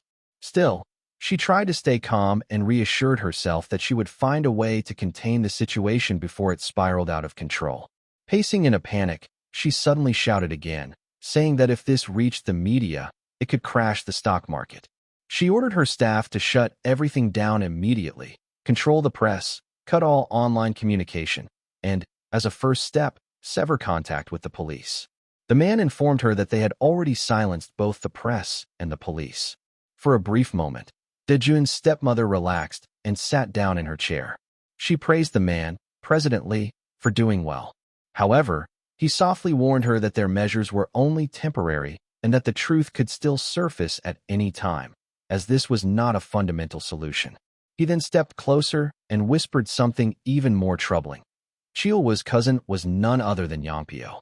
Her eyes widened in shock. "You mean that Yangpyo? The S-rank hero?" she asked. Though many believed Yangpyo genuinely cared for Chilwa, the reality was that Chilwa had merely been a pawn, doing the dirty work Yangpyo ordered. Chilwa was infamous even in the hero world. President Lee explained that now that Chilwa had been publicly exposed, even Kang Yangpyo would not want his name associated with him and was likely already working to erase any connection. Dejun's stepmother immediately instructed President Lee to arrange a meeting with Yangpyo. President Lee nodded, understanding the urgency. She then asked if it was true that HC Capital, led by Huang Changsub, had turned against them and was now supporting Dejun's family. President Lee confirmed it. Enraged, she shouted that Huang Changsub would pay for siding with Dejun's family instead of remaining loyal to her, and she ordered President Lee to contact Prosecutor Park immediately. The scene then shifted to Dejun, who was entering a rift zone with Joyen. There were a total of 37 active rift zones in South Korea. Of these, only 5 were on the verge of becoming real gates. The remaining ones could only be accessed by Hero Association-approved heroes, according to their assigned schedules. Hyun Joyen showed her hero ID, and the staff confirmed her identity, wishing her good luck as she prepared. She entered the rift zone with her team. Trees surrounded them in a serene, forest-like environment. Dejun, a member of Joyen's team, silently observed his surroundings, noting that although the rift had only one entrance, it was heavily guarded. Another hero now appears. Her name is Yong Inju, an A-rank hero from the Korean Hero Association and the leader of the Cleome Guild. She approaches Joyen and remarks that she was the one who had originally planned to hunt here. Joyen calmly averts her gaze and responds that she didn't really have a choice and couldn't just sit back and do nothing. Then, glancing at Dejun, she recalls the condition he gave her. He would sell all his magic stones to her at market price if she let him enter the rift zone. Joyen asks Dejun why he wants to enter the rift, and he explains that he can make more money by hunting inside. As Joyen walks, she wonders if Seo Dejun really came to such a dangerous place just to collect mana stones. If so, it seems insane. But regardless of his reasons, she reminds herself that she still needs those stones. They finally enter the rift, surrounded by dense, green trees. Inju, wanting to lighten the mood, decides to have some fun and asks Joyen about Daejun's true identity. Joyen immediately replies that he's just someone she knows. Inju teases her, asking if he's really just someone, or maybe her boyfriend, clearly trying to joke. Joyen grows annoyed and firmly replies that he is not her boyfriend. She explains that she simply owed him a favor and is repaying it by bringing him along. Inju is surprised and asks again, curious how someone like Hyun Joyen, an S-rank hero, could possibly owe anyone anything. But Joyen cuts the conversation short, saying it's something like that and that she doesn't want to elaborate further. Suddenly, the team senses something strange nearby. Daejun also turns his head slowly, sensing the same presence, but remains perfectly calm. The entire team grips their weapons, their eyes scanning the sky. Then, in a terrifying surprise, giant monsters resembling enormous flying birds swoop down from above and launch a sudden attack. Inju yells out in shock, recognizing the monsters. She identifies them as Cocastrians, a highly dangerous species. Joyen reacts instantly, taking command with confidence and authority. She shouts orders, telling Inju and Doyen to move into defensive positions and instructing Sungo to aim for the monster's legs. But before the rest of the team can act, Daejun suddenly dashes forward. With incredible speed and strength, he leaps high into the air, heading straight for the incoming monster. The sheer power and precision of his movement leaves Joyen stunned, and the other team members are equally shocked by his boldness. As he charges, Daejun gathers mana in his fist and declares that he's going to take down the first monster in the rift, and punches the monster directly in the face. That one punch is enough to knock the monster off balance, sending it crashing to the ground. Daejun lands shortly after, having defeated the creature with a single strike. One of the team members stares at the massive beast in disbelief and asks if it really died from just one hit. But Daejun responds calmly, saying the monster isn't dead yet. He then begins kicking it repeatedly, declaring that it needs to die that way. The shock and tension are evident on the faces of the entire team, including Joyen. One of the teammates steps back and quietly asks Joyen who Daejun really is, still trying to comprehend what just happened. Joyen stumbles with her answer, saying he's just a strong human. A green-haired girl protests with frustration, saying no normal human could take down a Cocastrian in one hit. Joyen smiles faintly and replies that if it's only about knocking down a monster in one blow, even her sister could do it. Inju refuses to accept Joyen's answer and accuses her of speaking nonsense after witnessing what just happened, especially in an aerial battle like this. She points out that the monster didn't even manage to dodge a single strike and was instantly defeated. Inju is completely stunned, and so are the rest of the team members. Joyen's expression shifts as she looks at Daejun, her thoughts racing about his true identity. Then, with a serious tone, she tells Inju that their original plan needs to change. She takes off her glasses and puts them in her pocket, announcing that she's going to head to the center of the rift for a while. Her sudden decision startles Inju and the others. Joyen walks over to Daejun. As she approaches, Daejun tells her bluntly that he has no intention of sharing the mana stone with someone who contributed nothing.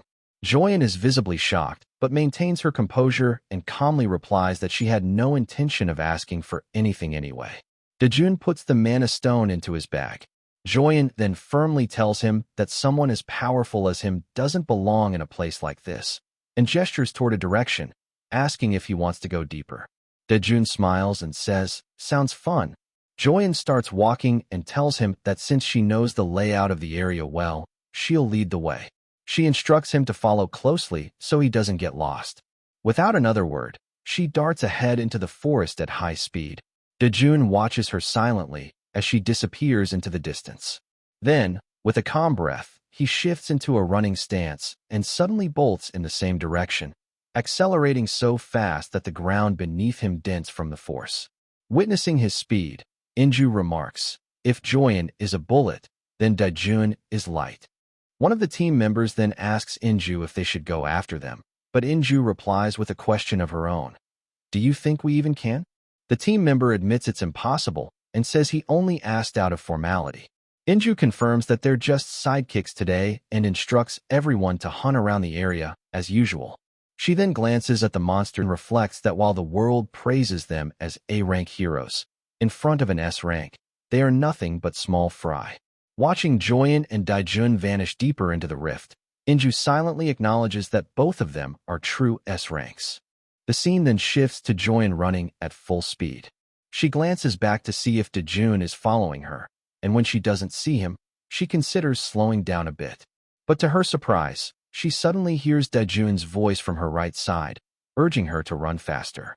Startled, Joyen loses control of her pace and comes to an abrupt stop. Daijun, confused by her reaction, also stops. Joyen stands in shock, wondering how Daijun managed to catch up with her, especially since she is ranked among the top 2 in South Korea when it comes to speed. Daijun, standing beside her, casually comments that even though she was running as if trying to make sure he couldn't catch up, she's still slower than he expected. Joyen blushes with embarrassment and quickly asks when she ever said that. Daijun's attention then shifts to a nearby mountain, and he asks Joyen what's there. She looks at the mountain and tells him that it's the location of the rift's boss monster. Daijun, unfamiliar with the concept, looks puzzled, so Joyen asks if he's ever heard of Kasserian, a massive, 20-meter-long monster that resembles a wyvern. She then firmly warns him not to even think about fighting it, explaining that it usually takes at least 3 S-rank heroes to bring it down. Daijun asks if the boss monster is the one that holds the Sang Sang grade magic stone. Joyen confirms it, adding that the boss possesses an imaginary grade magic stone, which is just 1 level below the highest possible grade. Noticing that Daijun seems distracted, she asks if he's even listening. Instead of answering, Daijun starts walking toward the mountain. Alarmed, Joyen rushes after him and asks if he's seriously thinking about fighting the boss monster. She reminds him that she didn't bring him into the rift for something so reckless. But before she can stop him, Daijun suddenly breaks into a run. Joyen's panic grows as she watches him, unsure of what he's planning. Realizing she has no other option, she grits her teeth and begins chasing after him. When Joyen finally arrives at the top of the mountain, she is stunned to find that the boss monster is already dead. She stares in disbelief and then glances at Daijun. Joyen is shocked. Kasserian is an incredibly powerful monster, one that even Park Haeol, a highly recognized S-rank hero known for hunting Kasserians, struggled to defeat. During his first attempt, the legendary Haeol brought 30 A-rank heroes to face Kasserian. Despite their numbers, all the A-rankers were killed, and Haeol barely escaped with his life. For the rematch, he gathered 1 additional S-rank and over 200 A-rank heroes. They battled Kasserian for a long time, using mana and binding magic to restrain it, giving Haeol and the other S-ranks a chance to attack. But even those powerful restraints couldn't hold Kasserian for long. It broke free with ease. Eventually, they managed to kill the beast, but the cost was enormous. Most of the heroes involved in the raid died. Haeol's mega guild, Sweet Life, still hasn't recovered from the aftermath, even 3 years later.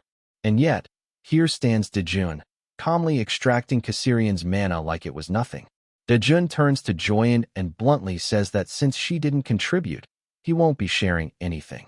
The comment angers her, but she also knows that if she hadn't witnessed it herself, she never would have believed the dreaded Kasserian was taken down by a single blow. Daijun inspects the mana stone, places it into his bag, and tells Joyen that he no longer needs an escort. He'll proceed on his own. As he begins to walk away, Joyen quickly asks if he isn't going to collect Kasserian's byproducts. Aside from the mana stone, its beak, claws, and other parts hold high academic and monetary value. Daijun stops, turns back with a laugh, and replies that it's not worth the effort.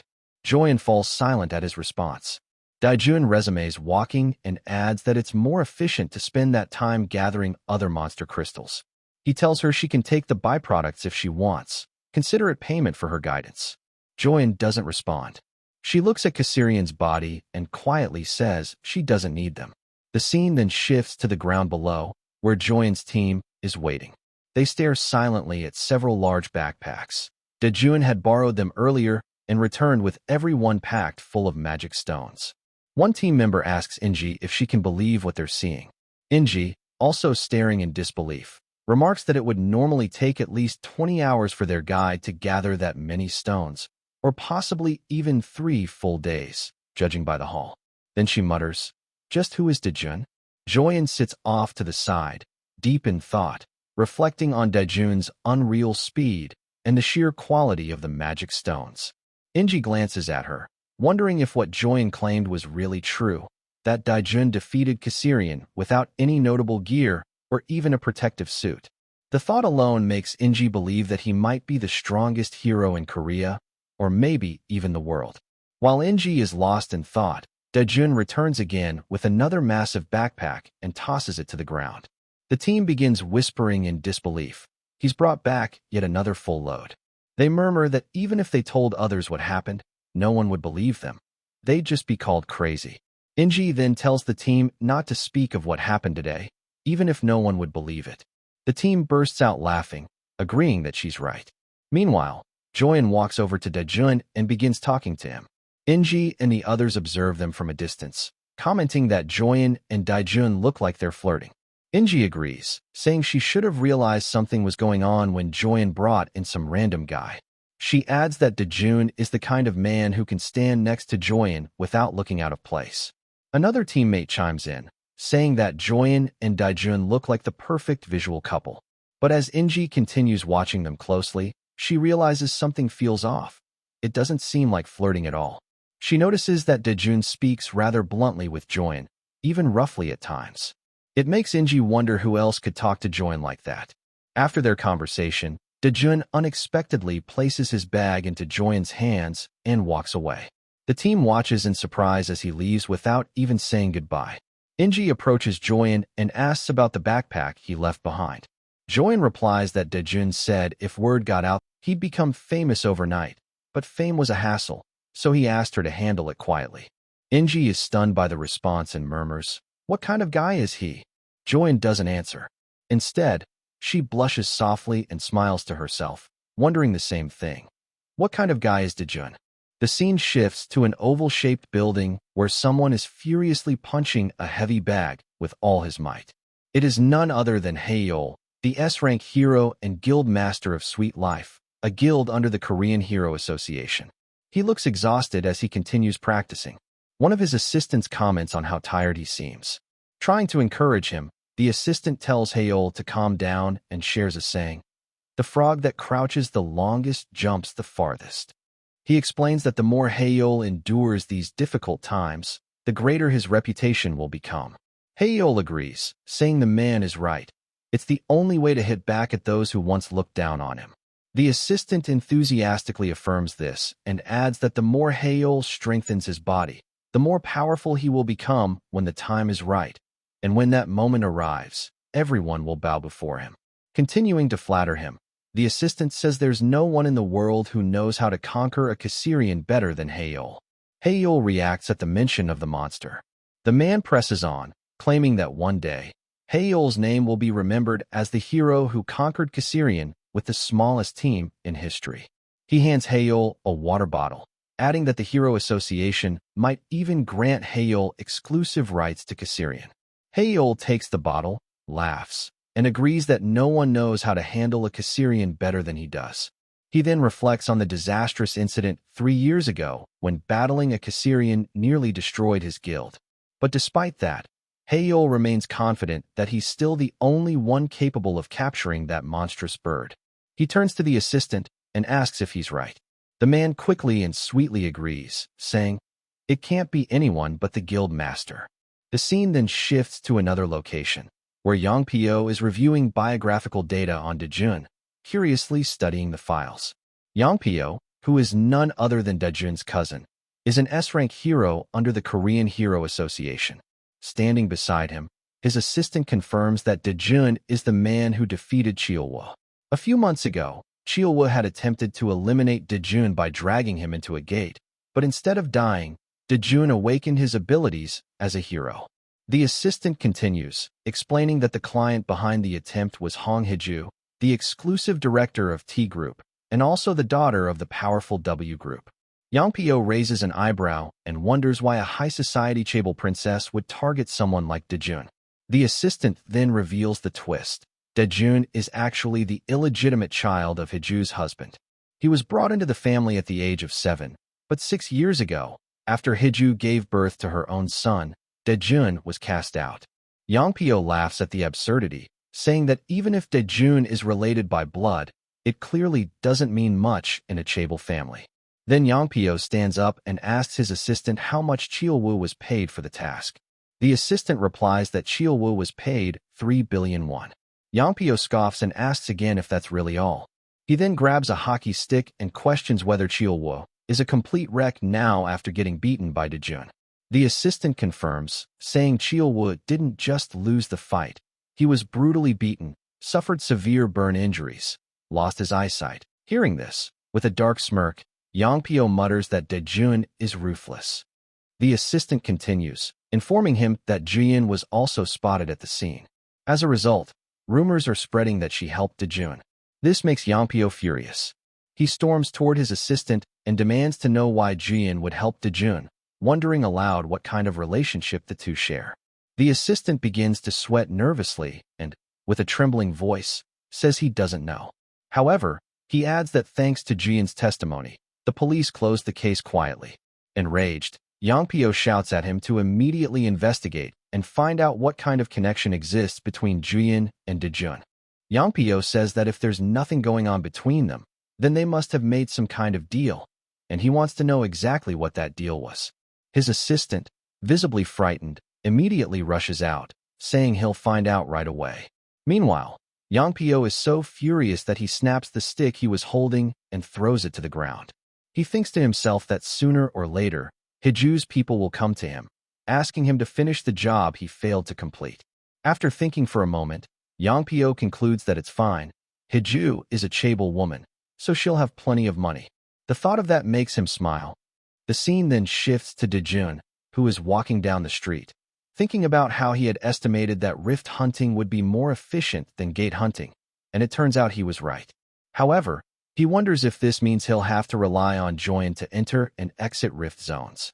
He then recalls a conversation they had at the rift. Join had told him that if she sold the Caesarian mana stone, people would start questioning who killed it and whether they could prove their abilities. The media would be all over her day and night. Because of that, she decided to keep the mana stone in storage for the time being. She also told Daejun that if his goal was to become famous, she wouldn't stop him, and asked what he planned to do. After hearing that, Daejun simply handed her the bag without saying a word. Now arriving at his new home, arranged by Changsip, Daejun tells himself that he needs to find another way to access the rift zones. But for now, he'll rest. However, when he opens the gate to his house, he notices a large number of shoes at the entrance. Inside, his younger sister turns around and sees that Daejun has finally arrived. The house is filled with people. She runs to him and hugs him tightly.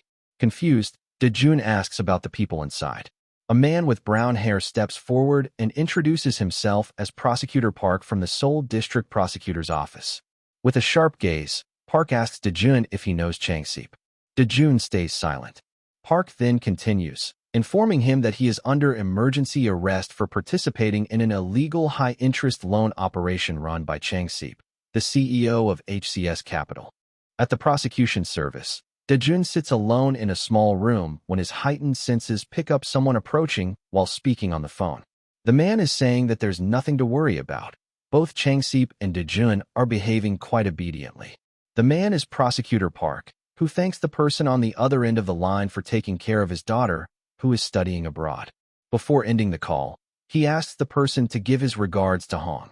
Park then looks at Daejun sitting silently and mutters that the very reason he became a prosecutor was to isolate society's trash from decent people. He enters the room and throws a file onto the table, beginning the interrogation. With a cold tone, he asks what Daejun has been doing all this time, stating that the charges listed against him alone would be enough to put him behind bars for 10 years. Park then shows Daejun a document, claiming he has already gathered more than enough evidence from Changsip to bring him down. Daejun looks at the file, but remains silent. Park grows agitated and curses at him, shouting if Daejun thinks he's bluffing. Calmly, Daejun asks, "Is all of this Hiju's doing?" Startled by the question, Park tries to play dumb and pretend he doesn't understand. But Daejun reads his expression and demeanor, confirming in his mind that Changseep's side has already been eliminated. Daejun had come quietly to avoid trouble, but now he realizes his family may be in danger as well. Park steps closer and asks where Daejun heard such things. Then, wearing a menacing expression, he growls, "Do you think Korean prosecutors are pushovers?" He declares that Daejun's life is now finished. At that moment, Daejun glares at Park with killing intent. The look in his eyes terrifies Park, who begins to sweat. Still, knowing he holds power within the prosecution office, Park raises his hand to slap Daejun. But just then, another prosecutor opens the door and tells Park he's needed outside for a moment. Park exits and is handed a report. Upon reading it, his eyes widen in disbelief. He asks if the machine is broken. The other prosecutor confirms it's not, and says he even double-checked. The equipment is functioning normally.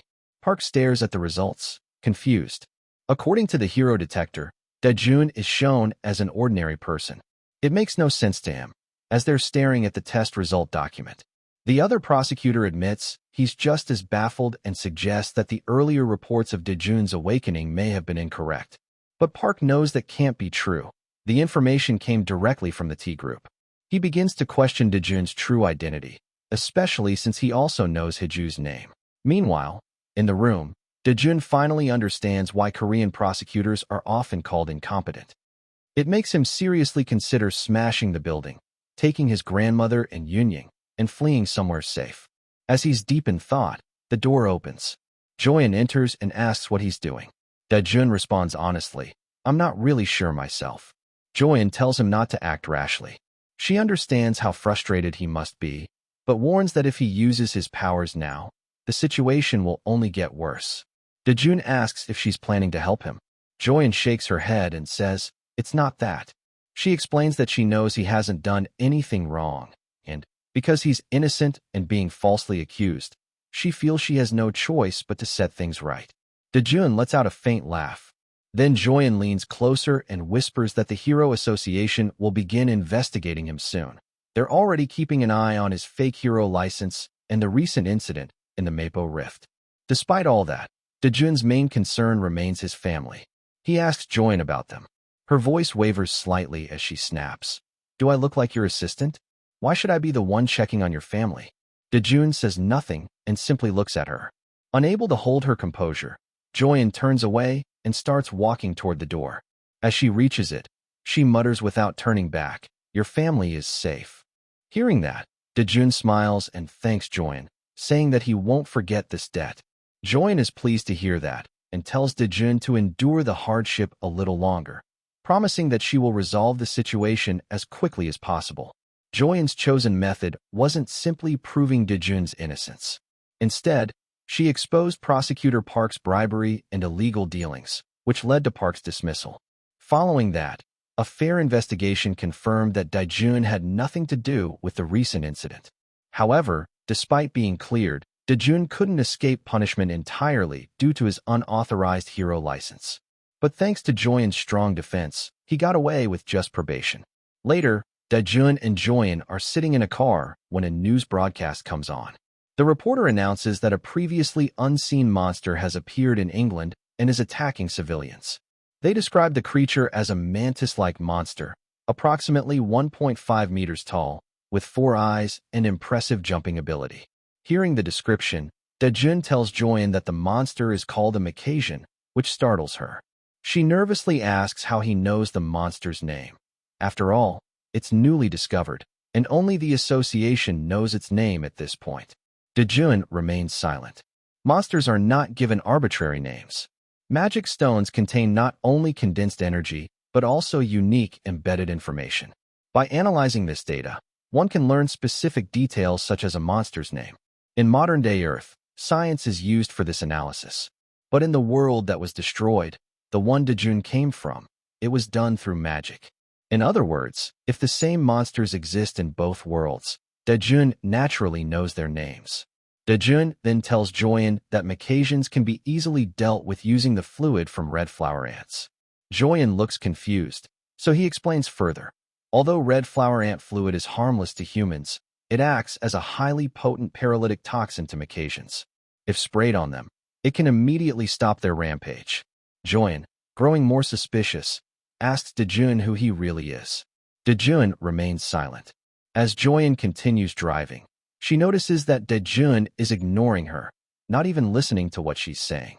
Then, without warning, Dejun quietly asks, "What would happen if I just got rid of Hong Hiju?" The scene shifts to Hiju, who is anxiously biting her nails, while President Lee watches her, sweating nervously. He informs Hiju about the current situation. She then asks why Joyen is helping Dejun. President Lee replies that it's unclear what kind of relationship the two share. This only makes Hiju more anxious. She stands up abruptly and demands to know what it means that Dejun isn't actually a hero, even though President Lee previously said he had awakened. President Lee responds that he doesn't know either. It's evident that Dejun awakened, but perhaps he has some ability to deceive the hero detector. Instead of calming her, this explanation only enrages Hiju further. She tells President Lee to contact Yangpyo and says she's willing to pay him 30 billion won to defeat Dejun. Yangpyo, however, instantly refuses the offer and tells his assistant to inform Hiju to double the amount. Yangpyo's assistant questions if that's not too excessive, but Yangpyo lifts a finger and scoffs, saying it's nonsense, because from Hiju's perspective, there's no alternative but him. Once the job is done, 60 billion won will be nothing to her. Besides, now that Joyen is involved, and she's an S-rank hero, it's only natural that the price goes up. The assistant acknowledges that Joyen is definitely dangerous, but before he can finish, Yangpyo slams his foot on the table and storms toward him, shouting furiously that he knows nothing. He demands to know if the assistant truly thinks all S-ranks are the same. Yangpyo declares that he could defeat a mere player like Joyen in just 20 minutes. Terrified, the assistant quickly agrees and admits Yangpyo is right. Yangpyo then laughs and asks if the association has responded. The assistant replies that due to local circumstances in the UK, the budget cannot be increased any further. He adds that the Hero Association has already publicly stated that they are carefully selecting a hero to dispatch. Yangpyo is annoyed by the association's stance, muttering that they're making it difficult for him to even decline the mission openly. He criticizes the association, saying they're worse than thugs, and asks for the scheduled departure time. The assistant informs him that they'll depart in 3 days on a joint flight with a Japanese hero. Upon hearing they're headed to Japan, Yangpyo seems satisfied, saying he was planning to visit Takashi there anyway. Then, he brings up the Makazians, a newly discovered monster whose weaknesses haven't been identified yet. Yangpyo laughs, thinking that if he manages to uncover their weakness, his reputation will skyrocket. Meanwhile, in Cambridge, UK, chaos unfolds. Civilians are fleeing in terror as Makazians attack the city. Many heroes are on the scene trying to stop the monsters. One of the Makazians charges at them, but the heroes manage to dodge and regroup into their best formation. After a fierce battle, they finally succeed in killing one of the Makazians. Exhausted and barely standing, the heroes are horrified to see more Makazians approaching rapidly and launching another wave of attacks. The British heroes do everything they can to slow the advance, but without clear information on the monsters, they are overwhelmed. With Cambridge's defenses collapsing, the Makazians are now less than 60 kilometers from London. Suddenly, during the assault, all the Makazians look up at the sky and collapse to the ground. It's the red flower ant fluid, dropped from a helicopter. The helicopter is filled with S-rank and near S-rank heroes from Japan and Korea. As the Makazians writhe on the ground, it becomes clear that Joyen was right. The red flower ant sap is extremely effective against them. The monsters are unable to endure it. Other heroes begin praising Joyen. One black-haired hero, however, is skeptical and wonders how Joyen could possibly know this. Something doesn't add up. Joyen then turns to the group and instructs them to finish off the Makazians while they still have the advantage. Without hesitation, the heroes jump from the helicopter to eliminate the remaining enemies. After neutralizing the threat, the team returns to Korea. At the airport entrance, a large crowd of reporters waits to greet them. Joyen is hailed as the standout hero of the UK expedition. Reporters applaud her for discovering the Makazians' weakness and credit her with saving countless lives. One reporter remarks, "Joyen is truly a hero. She saved the British from despair. Another agrees, calling her the best hunter in the operation. As Joyen and the other heroes step through the arrival gate, reporters bombard her with questions, asking how she discovered the Macasion's weakness. Cameras flash as reporters shout for her attention and continue their interviews. News outlets across Korea announce that a group of 200 people, including Joyen, has safely returned. Joyen's brilliant strategy and leadership during the UK expedition become national headlines. Korean heroes save England. Meanwhile, Daejun walks through the streets of Korea, watching the news on a nearby screen. Footage of Joyen's heroic actions plays, followed by an interview with Yongpyo. Seeing Yongpyo's face on screen makes Daejun's expression turn dark with anger. Joyen and Daejun arrive at a restaurant, and Joyen hands Daejun some presents. While sipping coffee, Daejun asks what the gifts are for. Joyen explains that one is for Yunying and their grandmother, and the other is for Daejun himself. Hearing that, Daejun picks up his gift to open it, but Joyen tells him to wait and open it at home, saying there's no need to open it here. Still, Daejun opens it and finds some stylish clothing inside. Joyen tells him it's a small token of appreciation for his help. Because of him, she became a hero. She adds that compared to what she received from Daejun, it's just a light gesture, and if he ever needs a car, she could buy him one too. Daejun puts the clothes in his bag and casually replies that he'll let her know if he needs a car. He then tells Joyen that he'll also be needing her help in the future. Joyen remarks that Daejun won't answer even if she asks how he knew the Macasion's weakness. Daejun simply asks if he's required to answer. Joyen sighs deeply and changes the topic, asking about his future plans. She isn't expecting a lofty answer like world peace, but she worries that if he targets Hiju or Yangpyo, things could become dangerous. Daejun responds that the first thing he plans to do is buy a new house. Joyen is caught off guard by the answer. She wasn't expecting that. She asks if he's currently living in a rented place. Daejun stays silent. Meanwhile, on a private island, Yangpyo is lounging in a swimming pool, but his mind seems elsewhere. He's deep in thought, especially about Joyen, how strangely she has changed. The fact that she even knew about the Macasion's weakness makes him suspect that she's hiding something. He recalls the flight back to Korea, where he asked Joyen about Daejun.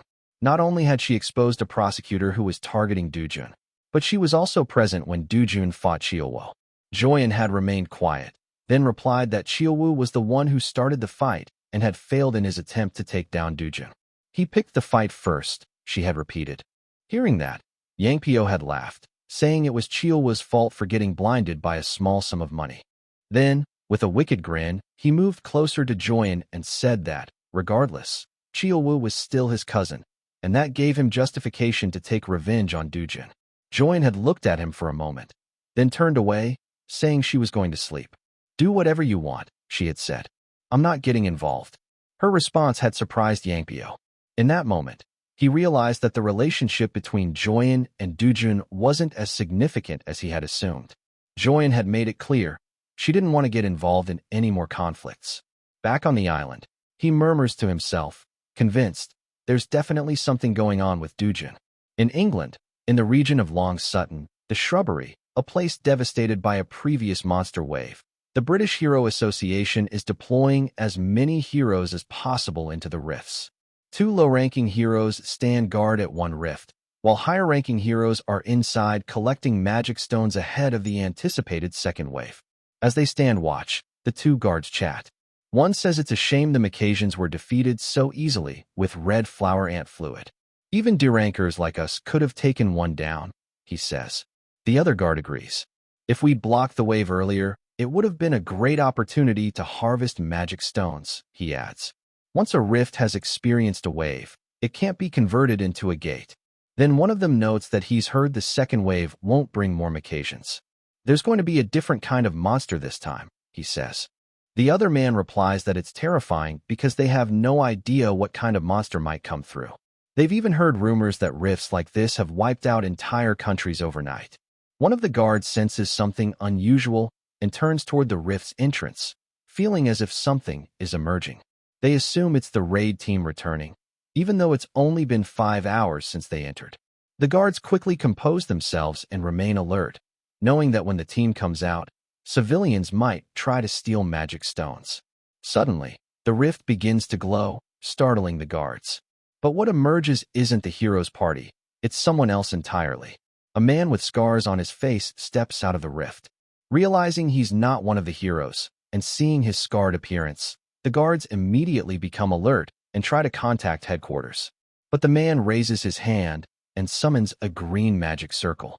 The magic circles lift the guards into the air, entangling them midair as the man calmly walks forward. One of the guards attempts to attack with a knife, but the man effortlessly counters it with his magic. "They're too weak," the man says coldly, then clenches his fist. The magic violently spins the guards, making them scream in agony. Suddenly, the green mana shifts to black, gathering in one spot and forming a device that looks like a floating screen. The screen displays 19%. The man mutters, "It's only been 10 years since I arrived in this world, and it's still not even at 20%. He wonders if he failed, even after pouring all his effort into opening a dimensional rift.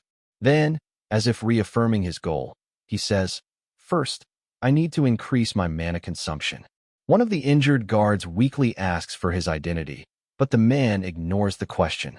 He charges toward them and strikes the final blow, muttering coldly, "I'll start by getting rid of you." In Paju, Korea, Daejun walks through the area with a large backpack slung over his shoulders. Suddenly, he senses the presence of a nearby monster. A worm-like creature bursts from the ground, drills through the earth, and disappears back underground while Daejun observes calmly. He places his hand over the hole created by the creature and senses that it's about 100 meters deep, and there are approximately 26 worm-like monsters below. Daejun then casts a fireball spell, curious to see how many of them will survive. He throws the fireball into the hole, and moments later, a series of fiery explosions erupt from multiple holes in the ground, forcing the monsters to the surface. While some of them are taken down, others survive, bringing a faint smile to Daejun's face.